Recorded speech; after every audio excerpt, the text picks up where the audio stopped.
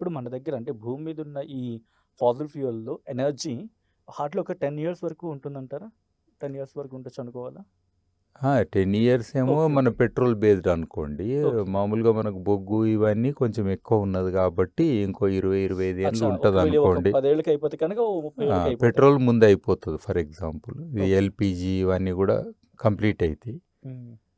తర్వాత బొగ్గు అనేది ఇంకోటి. ఈ 2 మనకు ఫాసిల్ ఫ్యూయల్ బేస్డ్ అన్నట్టు. హ్మ్. అయితే ఇప్పుడు వార్ అనేది ఏదైతే రిలేట్ అయ్యిందో, సో ఎస్పెషల్లీ డెవలప్డ్ కంట్రీస్ తర్వాత పెట్రో డాలర్ అని ఒకటి ఆర్టిఫిషియల్‌గా ఒక డాలర్‌కి ఒక విలువ క్రియేట్ చేసుకొని హ్మ్. ప్రపంచాన్ని ఏలుతున్న దేశం అమెరికా.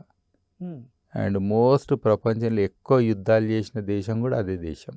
హ్మ్. హ్మ్.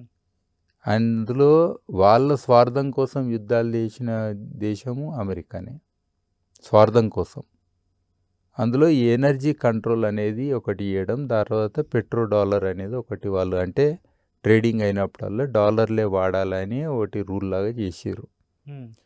దానికోసము ఇప్పుడు వాళ్ళు ఈ యొక్క మిడిల్ ఈస్ట్‌లో ఏవైతే మనం యుద్ధాలు చూసినామో రీసెంట్‌గా అందులో డెఫినెట్‌గా వీళ్ళు రోల్ అదే అన్నట్టు. ఓకే. అయితే ఇందులో వాళ్ళకి తెలుసు ఇది కూడా టెంపరరీ వార్. హ్మ్. హ్మ్. ఎందుకంటే ఒక 10 ఏండ్లు అయినాక ఇది కూడా అయిపోయినాక ఇంకేముంటది. ఓన్లీ టెంపరరీగా కొన్ని రోజులు కొన్ని రోజులు బెనిఫిట్ అయిదాం అనుకున్న అంశం మాత్రమే. హ్మ్. హ్మ్. ఇది కూడా అయిపోయినాక అక్కడి నుంచి వెళ్ళిపోవాలి. అలా బేసెస్ ఉన్నాయి చాలా. అవును.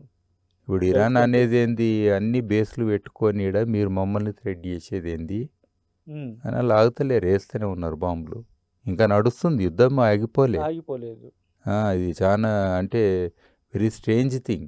Why okay. ఇట్ స్టార్టెడ్ అనేది nobody knows, when it will end అనేది నోబడీ నోస్.